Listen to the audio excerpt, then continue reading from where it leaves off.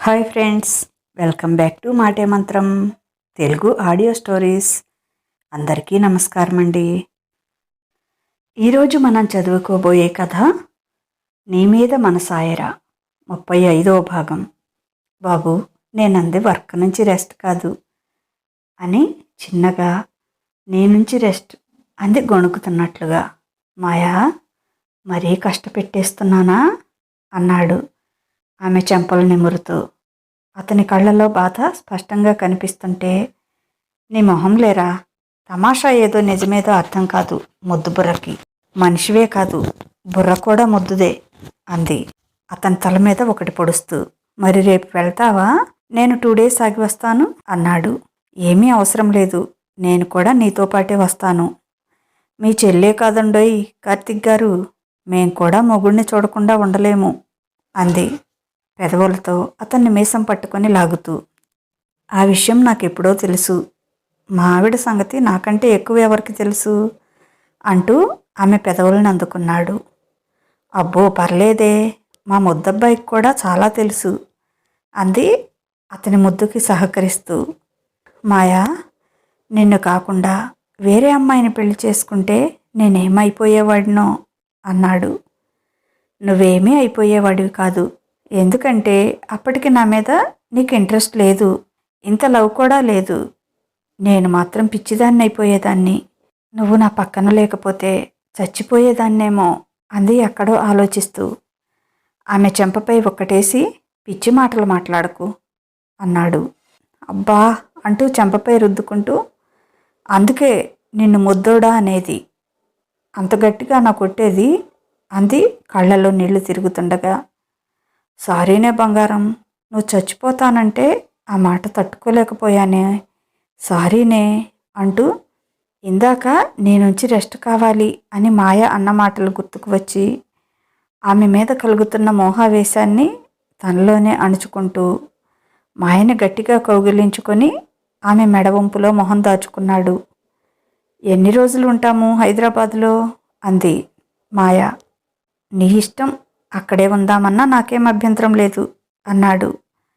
ప్రస్తుతానికైతే వెళ్ళి వచ్చేద్దాం, విరాట్ వాళ్ళ పెళ్ళికి వెళ్దాం, ఆ తర్వాత కొంచెం టైం తీసుకొని వెళ్దాం అంది. నీ ఇష్టం మాయా అన్నాడు. అతనికి ఆమె చెప్పే విషయాల మీద అంత ఆసక్తిగా లేదు, కంట్రోల్ చేసుకోవటానికి తిప్పలు పడుతున్నాడు.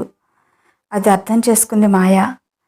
ఇందాక తన అన్నమాటకి హర్ట్ అయినట్లున్నాడు అనుకొని మెల్లగా అతన్ని తన పెదవులతో లాక్ చేసింది. ఇలా అయితే కష్టమని, నాకు నిద్ర వస్తుంది మాయా అంటూ పక్కకు తిరిగాడు. మరీ నాకు రావట్లేదు, ఏం చెయ్యను అంది. కళ్ళు మూసుకో, అదే వస్తుంది అన్నాడు. అయినా రావటం లేదు. ప్లీజ్ కార్తీక్, ఇటు తిరుగు అంది. నేను తిరగను, నన్ను కదిలించకుండా కళ్ళు మూసుకొని పడుకో, నన్ను కదిలిస్తే నీకే నష్టం అన్నాడు బోర్లా పడుకుంటూ. నాకు నిద్ర రావటం లేదంటే అర్థం కావటం లేదా అంది. నాకు ఆ నష్టము కష్టమే కావాలి అంది అతని చెంపపై వేలితో ముగ్గులు వేస్తూ. ప్లీజే మాయా, బొజ్జో నువ్వు, నిద్ర వస్తుంది అన్నాడు. నాకు నిద్ర వస్తుందంటే నన్ను వదులుతున్నావా ఏంటి రోజు? ఇప్పుడు నేనెందుకు వదులుతాను, అస్సలు వదలను అంటూ అతని మొహంపై, మెడపై, వీపుపైన ముద్దులిస్తూ ఉంది. ఏంటి మాయా, మరీ చిలిపిగా తయారవుతున్నావు? రేపు ఉదయం నాకు గేమ్ ఉంది, నువ్వు ఇలా చేస్తే నేను నిద్రపోవద్దా అన్నాడు. ఎందుకు పోవద్దు? 2nd సెషన్ త్వరగా పూర్తి చేస్తే ఆ తర్వాత హాయిగా బజ్జో, అప్పటి వరకు నీకు కూడా నిద్ర పట్టదు, నాకు తెలుసులే అంటూ అతని గిలిగింతలు పెట్టింది. ప్లీజ్ మాయా, అలా చెయ్యకే, నా వల్ల కాదు అన్నాడు. అతని చెవిలో, ఐ వాంట్ యూ కార్తీక్, అర్థం కావటం లేదా నీకు, ప్లీజ్ అంది అతని చెవి చిన్నగా కొరుకుతూ. ఆశగా ఆమె వైపు చూశాడు. నిజమా అన్నట్లు. అవును రా అన్నట్లుగా కళ్ళతోనే కవ్వింపుగా చూసింది. ఒక్క క్షణంలో ఆమె నల్లేశాడు. పాపం మాయకు నిజంగానే ఓపిక లేదు. కానీ కార్తీక్ ప్రశాంతంగా నిద్రపోవాలంటే తప్పదు, రేపు అసలే గేమ్ ఉంది అనుకుంది. మాయ ఆ మాట చెప్పడంతో ఉప్పెనలా ఆమెను చుట్టేశాడు, ఉక్కిరి బిక్కిరి చేశాడు. ఆమెపై ఉన్న ప్రేమతో కలిగిన ఆవేశంతో ఆమెను మురిపించి మైమరపించి అన్నిటికంటే ఎక్కువగా నీరసపరచి ప్రశాంతంగా ఆమె పక్కన పడుకొని నిద్రపోతున్నాడు. దొంగ రాస్కెల్, ఇదెక్కడ బూస్టింగ్ రా నీకు అని నిద్రపోతున్న అతని గుండెల మీదకు చేరి ముద్దు పెట్టుకొని, నీ ఫీలింగ్స్ ఏంటో నేను అర్థం చేసుకోలేను అనుకున్నావా? అప్పుడు నేను నీ బెటర్ హాఫ్ని ఎలా అవుతాను అంటూ అందమైన అతని ముఖాన్ని చూస్తూ, ఇంతకు ముందే ఎక్కడైనా పార్టీలకు వెళ్తే అమ్మాయిలంతా కొరుక్కు తినేట్టు చూసేవారు నిన్ను. ఇప్పుడు ఒక్క గేమ్తోనే ఎంత ఫేమస్ అయిపోయావో. నిన్నెలా రక్షించుకోవాలో ఏమో. అందమైన మొగుడున్నా కష్టమేనబ్బా. బయటికెళ్తే కాపలా కాసుకోవాలి. కాకపోతే మా ముద్దబ్బాయి నన్ను తప్ప ఎవరినీ దగ్గరికి రానివ్వడు. ఆ విషయంలో నేను చాలా ధైర్యంగా ఉండొచ్చు అని నవ్వుకుంటూ తను కూడా నిద్రలోకి జారుకుంది. అర్థం చేసుకునే భార్య ఉంటే ఆ భర్త జీవితం స్వర్గమే కదా. కలలో ఆ స్వర్గంలోనే విహరిస్తున్నాడు మాయతో కలిసి మన కార్తీక్. ఇప్పుడు పెందలాడే నిద్రపోవడంతో ఎర్లీ మార్నింగ్ మెలకువ వచ్చింది నైనికకి. ఉలిక్కిపడి లేచింది. అయ్యో, ముద్దు నిద్రపోయాను. బావ వచ్చి లేపుతానన్నాడు. వచ్చాడా లేదా? ఇప్పుడు టైం ఎంతయింది అనుకుంటూ లేవబోయింది. గట్టిగా ఎవరో పట్టేసుకున్నట్టు మంచానికి అతుక్కుపోయి ఇంచు కూడా కదలలేదు. ఏదో బరువుగా అనిపించి కళ్ళు తెరిచి చూస్తే విరాట్ తనని కౌగిలించుకొని హాయిగా నిద్రపోతున్నాడు. అయ్యో, బావ నన్ను లేపే ఉంటాడు. నేనే మొద్దు మొహాన్ని, లేచి ఉండను. విసుకొచ్చి ఇక్కడే పడుకున్నాడులా ఉంది. పాపం బాగా లేటుగా వచ్చాడేమో, కదిలించటం ఎందుకులే ఇప్పుడు అనుకొని అలాగే కదలకుండా పడుకుండిపోయింది. ఇలా ఉంటే ఎంత బాగుంది. బావను వదిలి 10 days ఉండాలంటే నేను ఉండగలనా? నా వల్ల అవుతుందా అనుకుని దిగులు పడింది. అయినా తప్పదు. ఎలా ఉండాలో ఏమో. బావ వీడియో కాల్ చేస్తానన్నాడు. అసలు కాలే చేయడు తను వెళ్ళిపోతే. అయినా మొద్దునైని బావ ఎంత బిజీగా ఉంటున్నాడో చూస్తున్నావుగా. అన్నిటికీ అలా అనుకుంటే ఎలా? చిన్నపిల్లలా అర్థం చేసుకోవాలి కదా అనుకొని దిగులు పడుతూనే తనకి తానే సర్ది చెప్పుకుంది పాపం నైనిక. 6:30కి మెలకువ వచ్చింది విరాట్కి. గుడ్ మార్నింగ్ తింగరి అన్నాడు ఆమె హృదయం పైన చిరుముద్దిచ్చి. గుడ్ మార్నింగ్ బావా, లేచావా? బాగా లేటుగా వచ్చావా? ఇంకాసేపు పడుకోవలసిందిగా అంది. ఎంత లేటుగా పడుకున్నా నీలాగా 8 to 9 దాకా నేను నిద్రపోలేనులే అన్నాడు. ఏమో బాబు, నాకు మాత్రం లేటుగా పడుకుంటే ఉదయం చచ్చినా మెలకువ రాదు అంది. బావా, రాత్రి నన్ను లేపావా? నేనే లేవలేదా? ఈ మధ్య మరీ ముద్దులా నిద్రపోతున్నాను. నిన్న మార్నింగ్ కూడా 9 వరకు లేవలేదు అని ప్రశ్న జవాబు రెండూ తనే చెప్పుకుంది. నవ్వుతూ చూశాడు. అందుకే నిన్ను తింగరి అనేది అనుకున్నాడు మనసులో. ఎందుకు లేపమన్నావు? ఇప్పుడు చెప్పు ఏంటో అన్నాడు. ఏమీ లేదు బావా, ఊరికే. నువ్వు టైం ఇచ్చేది అప్పుడే కదా, అందుకే నీతో కాసేపు ఉండొచ్చని. ఇన్ని అబద్ధాలా? మొన్న మండే అంతా నీతోనే ఉన్నాను బెంగళూరులో. ట్యూస్డే కూడా నీతోనే చాలా టైం ఉన్నాను. 2 రోజులు అంత టైం వేస్ట్ చేసేటప్పటికి ఇంకొక 2 రోజుల వరకు ఇంతే. వచ్చేటప్పటికి 12 దాటుతుంది అన్నాడు. అయితే ఈ 2 days కూడా కనిపించవా? ఆ తర్వాత 2 daysకు నేను వెళ్ళిపోతానుగా అంది దిగాలుగా. మరీ అంత ఫీల్ అవ్వకు, 10 కల్లా వచ్చేస్తానులే అన్నాడు ఆమెను మీదకి లాక్కుంటూ. ఆమె కింది పెదవిని పట్టుకొని లాగుతూ, వచ్చినా యూజ్ ఏముంది, నాకు కావాల్సింది నువ్వివ్వవుగా అన్నాడు. కళ్ళు మూసుకొని సిగ్గుపడుతూ చటుక్కున అతని పెదవిపై ముద్దు పెట్టేసింది. ఇస్తాను, త్వరగా వచ్చేయి అంది. అబ్బో, ఏంటి దీన్ని ముద్దంటారా మీ ఊర్లో అన్నాడు. దీనికోసం మళ్ళీ నేను త్వరగా రావాలా? మార్నింగ్ ఇంత చప్పటి కిస్ నాకు అవసరం లేదు. తీసేసుకో, నీది నువ్వే అన్నాడు చిరాగ్గా మొహం పెట్టి. నాకు అలాగే వచ్చు, కావాలంటే నువ్వే తీసుకో అంది. నువ్వు పెద్ద దొంగవి. నీకు ఇష్టమైనప్పుడు బాగానే ఇస్తున్నావు. నేను అడిగితే మాత్రం ఇలా చప్పచప్పగా ముష్టి వేసినట్లుగా నా మొహాన పడేస్తున్నావు. ఇలా అయితే నైట్ అసలు ఇంటికే రాను, ఆఫీస్లోనే ఉండిపోతా అన్నాడు పెదవుల చాటున నవ్వు బిగించి. పైకి మాత్రం సీరియస్గా. ప్లీజ్ బావా, అలా అనకు, నాకు ఏడుపు వస్తుంది నువ్వు అలా అంటే. ఆమె కళ్ళల్లోంచి నీళ్లు దూకటానికి సిద్ధంగా ఉన్నాయి. ఒక్క డ్రాప్ బయటికి వచ్చిందంటే నిజంగానే ఇంటికి రాను అన్నాడు నిజంగా సీరియస్ అవుతూ. లేదు లేదు, నేను ఏడవటం లేదు అని తన కళ్ళల్లో నీళ్లు అతనికి కనపడకుండా విరాట్ని డైవర్ట్ చేయటానికి అతని పెదవులతో తన పెదవులను జతకలిపింది. అతను కొనసాగిస్తాడేమో అని చూసింది. లేదు, అది నీ పనే అన్నట్టు కామ్గా ఉన్నాడు. వదిలేస్తే నిజంగానే ఇంటికి రాడేమో అనుకుని అలాగే కొనసాగించింది. నవ్వుకొని ఆమెను బలంగా కౌగిలించుకొని అతను కూడా జత కలిశాడు ఆ ముద్దులో. ఆమె అధరాల్లోని తీయదనం ఎన్నిసార్లు రుచి చూసినా మళ్ళీ మళ్ళీ కావాలనిపిస్తోంది. మరి రాదన్నావు, ఇంత బాగా ఎలా వచ్చింది మరి అన్నాడు కన్నుగీటుతూ. నిజం చెప్పనా, నాకంటే కూడా నువ్వే పర్ఫెక్ట్గా కిస్ చేశావు అన్నాడు ఆమెను కవ్విస్తూ. రోజు ఇలా కాదు కాదు, ఇంతకంటే బెటర్గా ఇస్తానంటే 10 కల్లా నీ ముందు ఉంటాను, ఓకేనా అన్నాడు కొంటిగా ఆమె కళ్ళల్లోకి చూస్తూ. చి పో బావా అంటూ ఓకే అన్నట్లు తల ఊపి మరింత సిగ్గులు మొగ్గవుతున్న ఆమె మొహంలో మారుతున్న రంగుల్ని చూసి తృప్తిగా నవ్వుకున్నాడు. ఏంటి ఇంకా విశేషాలు?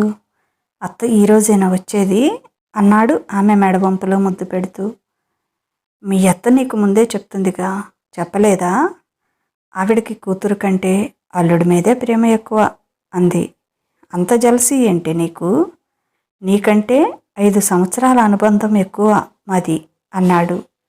నాకేం జలసీ లేదు బాబు, మీ అత్త అల్లుడు. పాపం మమ్మీకి నీలాంటి కొడుకు లేడని చాలా దిగులు. అప్పట్లో నువ్వు అమ్మ దగ్గరే ఎక్కువ ఉండేవాడివంట కదా, నీలాంటి అబ్బాయి పుట్టాలి అనుకుందట. కానీ నేను పుట్టానని ఇప్పటికీ దిగులు పడుతూనే ఉంటుంది మీ అత్త.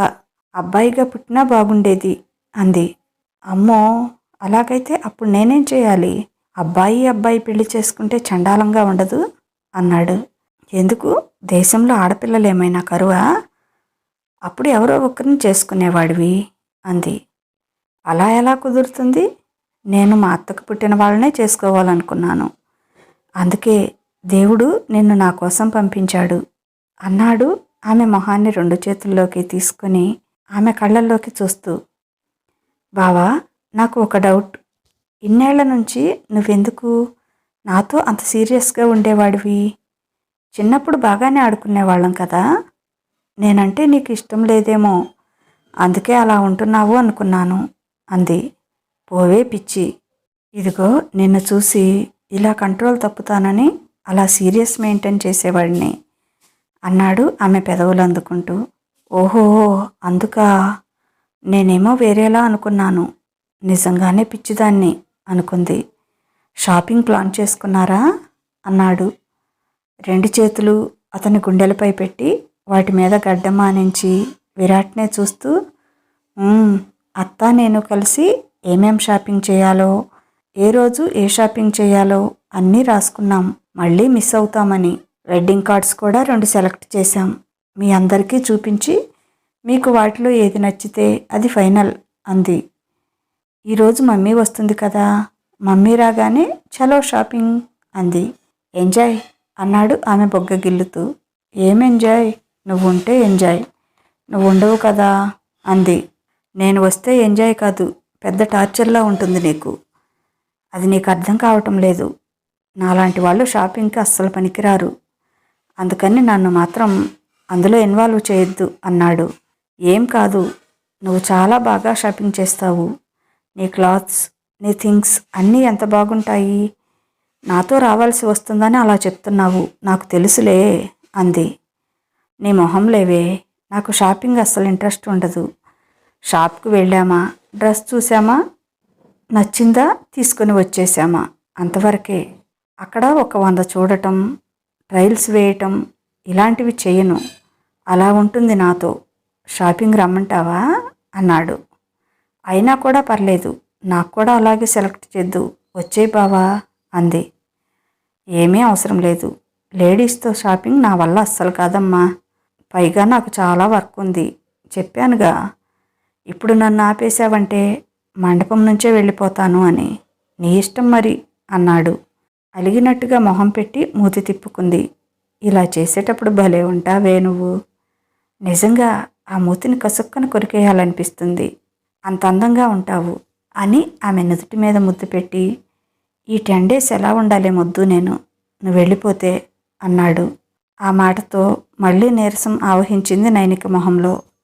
మొద్దు, ఇంకో 2-3 రోజులు షాపింగ్ ఎక్స్టెన్షన్ చెయ్యి అన్నాడు ఐడియా ఇస్తూ. బావా, నాకు ఈ ఐడియా రాలేదు, థ్యాంక్ యూ బావా అంటూ టక్కున ముద్దు పెట్టేసింది. ఇక్కడ గుజ్జు ఉంటేగా రావటానికి అన్నాడు ఆమె తల మీద మొట్టికాయ వేస్తూ. ఇంకలే, నీతో మాటలు పెట్టుకుంటే అంతే, గంటలు గంటలు గడిచిపోతాయి, టైం తెలియదు. ఈరోజు నా వర్కౌట్స్ హుష్కాకి అయిపోయాయి. ఇంక లేచి ఫ్రెష్ అవ్వు, కిందికెళ్ళి కలిసి బ్రేక్ఫాస్ట్ చేద్దాం అన్నాడు.